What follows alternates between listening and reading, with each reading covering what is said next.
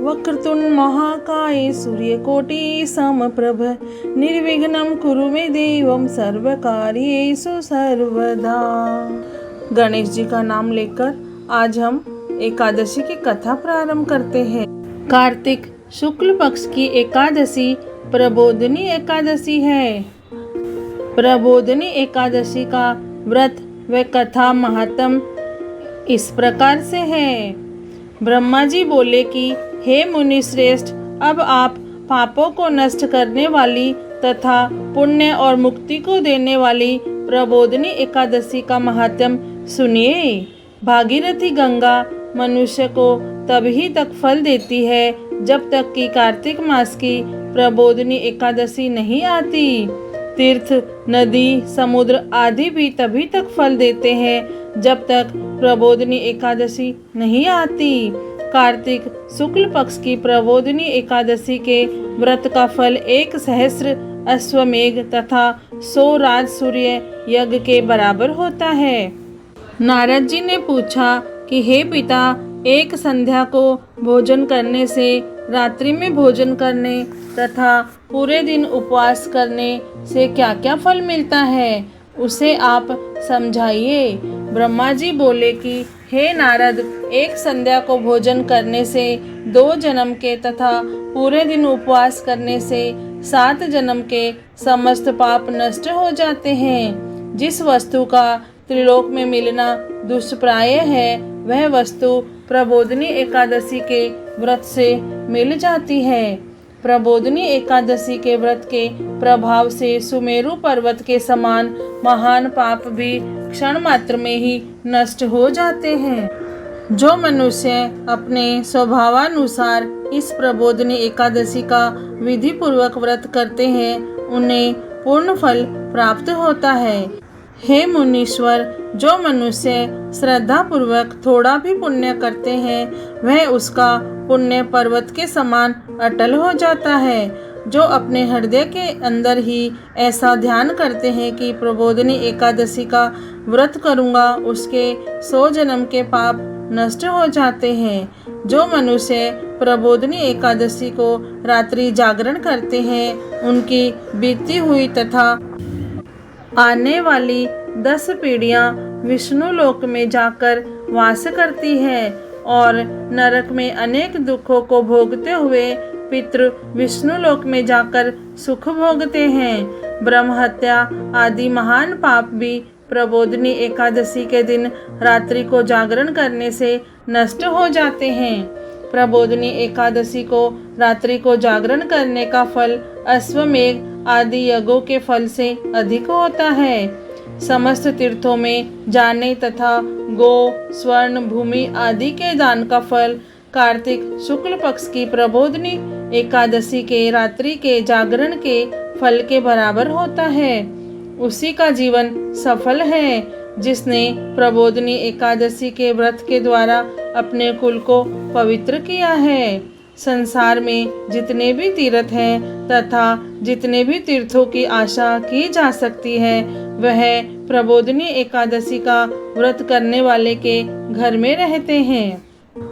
मनुष्य को समस्त कर्मों को त्यागते हुए भगवान की प्रसन्नता के लिए कार्तिक मास की प्रबोधिनी एकादशी का व्रत करना चाहिए।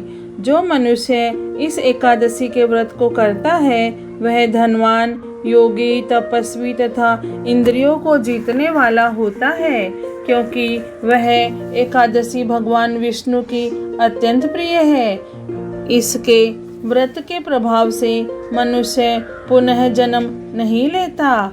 इस व्रत के प्रभाव से कामिक, वाचिक और मानसिक तीनों प्रकार के पाप नष्ट हो जाते हैं।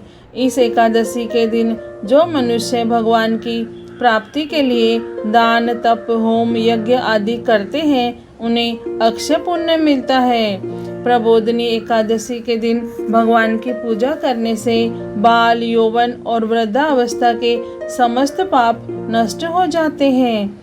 इस एकादशी की रात्रि को जागरण करने का फल सूर्य ग्रहण के समय स्नान करने के फल से सहस्र गुना अधिक होता है।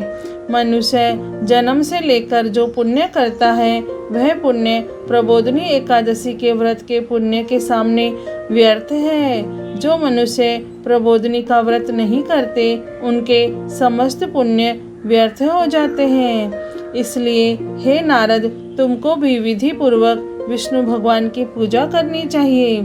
जो मनुष्य कार्तिक मास में धर्मपरायण होकर अन्य व्यक्तियों का अन्न नहीं खाते उन्हें चंद्रायण व्रत का फल मिलता है। कार्तिक मास में भगवान दान आदि से उतने प्रसन्न नहीं होते जितने कि शास्त्रों की कथा सुनने से प्रसन्न होते हैं। कार्तिक मास में जो मनुष्य भगवान की कथा को थोड़ा बहुत पढ़ते या सुनते हैं उन्हें 100 गौ के दान का फल मिलता है। जो मनुष्य अपने कल्याण के लिए विष्णु भगवान की कथा सुनते हैं वे अपने कुटुंब का उद्धार करके 1 सहस्र गोदान का फल पाते हैं। जो मनुष्य प्रबोधिनी एकादशी के दिन विष्णु की कथा सुनते हैं उन्हें 7 द्वीपों के दान का फल मिलता है। जो विष्णु की भक्ति पूर्वक कथा सुनते हैं और कथा कहने वाले ब्राह्मण की यथोचित पूजा करते हैं तथा उसे संतुष्ट करते हैं वे उत्तम लोक को जाते हैं। नारद जी बोले कि हे ब्रह्मा जी, अब आप एकादशी के व्रत का विधान कहिए और कैसा व्रत करने से कौन सा पुण्य मिलता है वह भी समझाइए।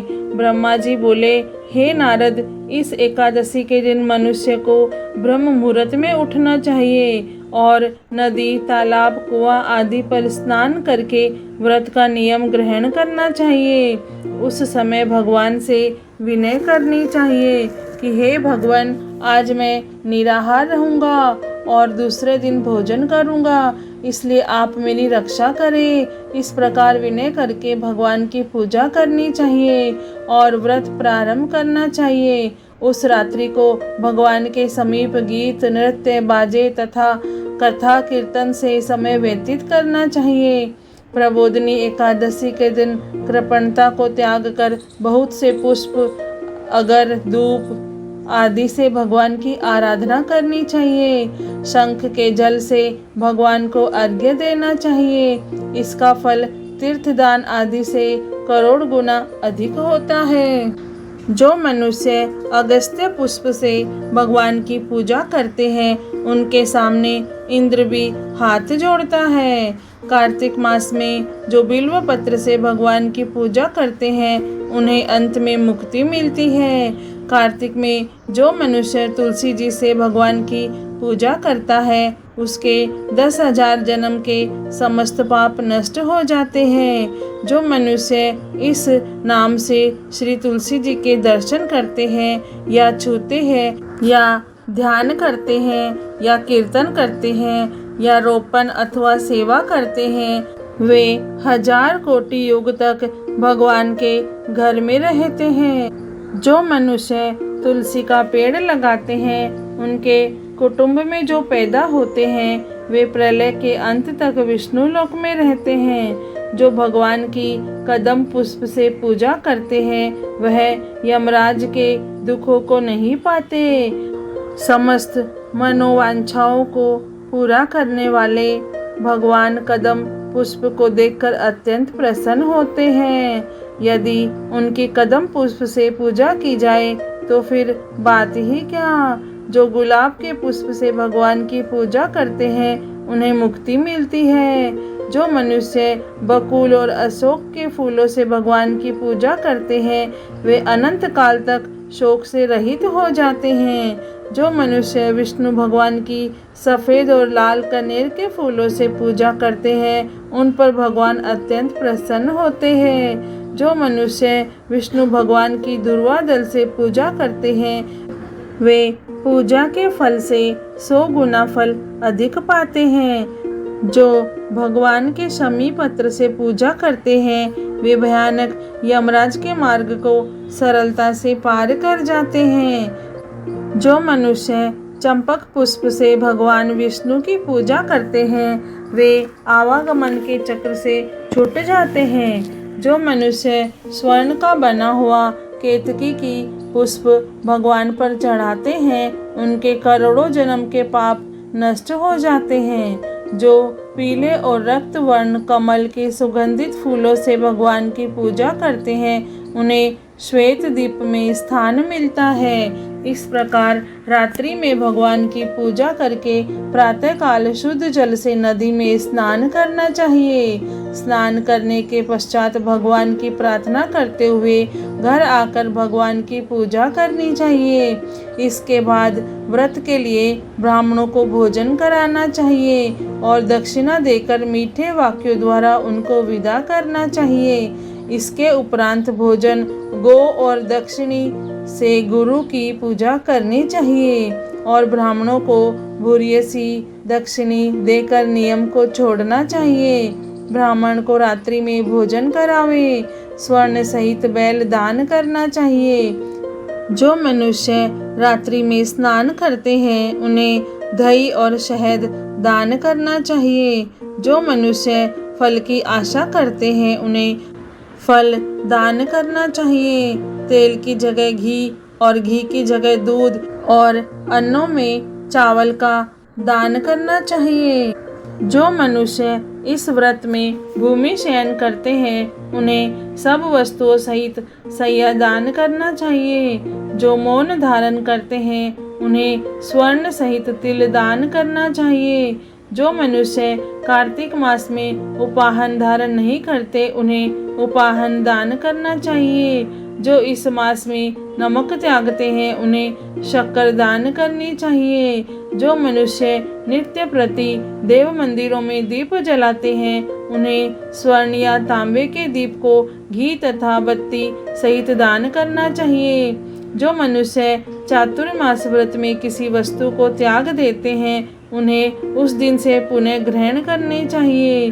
जो मनुष्य प्रबोधिनी एकादशी के दिन विधि पूर्वक व्रत करते हैं उन्हें अनंत सुख मिलता है और अंत में स्वर्ग को जाते हैं। जो मानव चातुर्मास व्रत को बिना किसी विघ्न के पूरा कर देते हैं उन्हें दोबारा जन्म नहीं मिलता।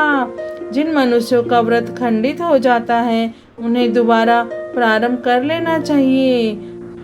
जो मनुष्य इस एकादशी के व्रत महात्म्य को सुनते व पढ़ते हैं उन्हें अनेक गोदान का फल मिलता है।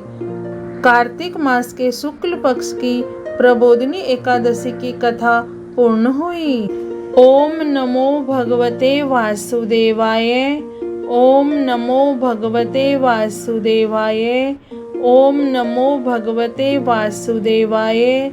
जय श्री कृष्ण, जय श्री कृष्ण, जय श्री कृष्ण, जय श्री राम।